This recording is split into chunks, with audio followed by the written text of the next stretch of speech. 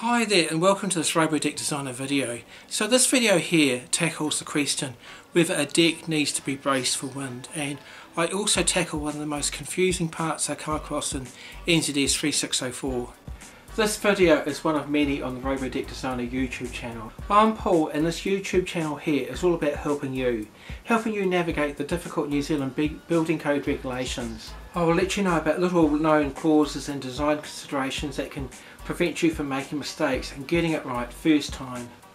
But the greatest gift I can give you is the ROBO Designer online tool.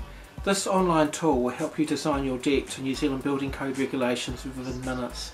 NZS 3604 is actually quite a complicated document, so it covers not only just decks but other buildings as well. In figure 1.1 there's actually a flow diagram which shows what is actually covered and what's not actually covered. This also details the different design paths you need to follow for different constructions. Unfortunately this document is actually very confusing, so if I start at the start box at the top there and work my way down, I come to a box there on wind zones.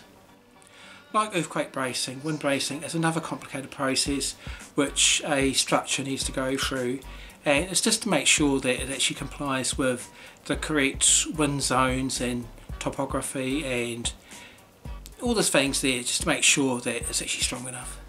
Also, a bit of common sense would actually tell me that with a deck, if it's actually in a windy location, the wind would actually sail straight through the deck as opposed to a building where it would actually stop the flow.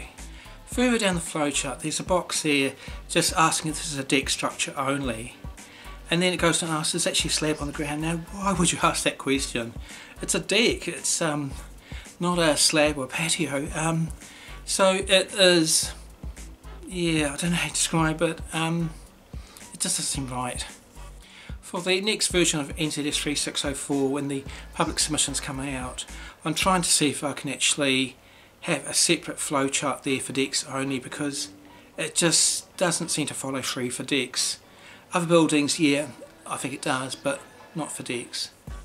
Also, brands put out a decking supplement which just explains a lot about the building codes for decks. Now this is actually quite a good document, but on page 11 there's a note in there saying that decking does not need to comply with wind bracing demands. So this is a complete opposite of just what was found in NZS 3604, and it's just conflicting sort of opinions there, or advice or information.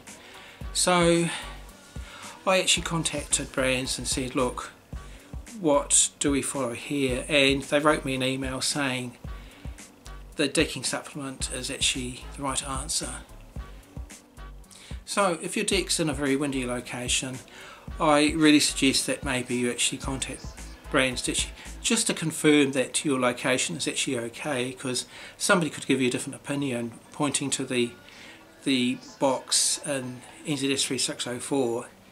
But you know, I don't like giving information which would not be correct, so just to be on the safe side. But in most circumstances that would be fine, and I just claim by that line in decking supplement that deck does not need to be braced for wind.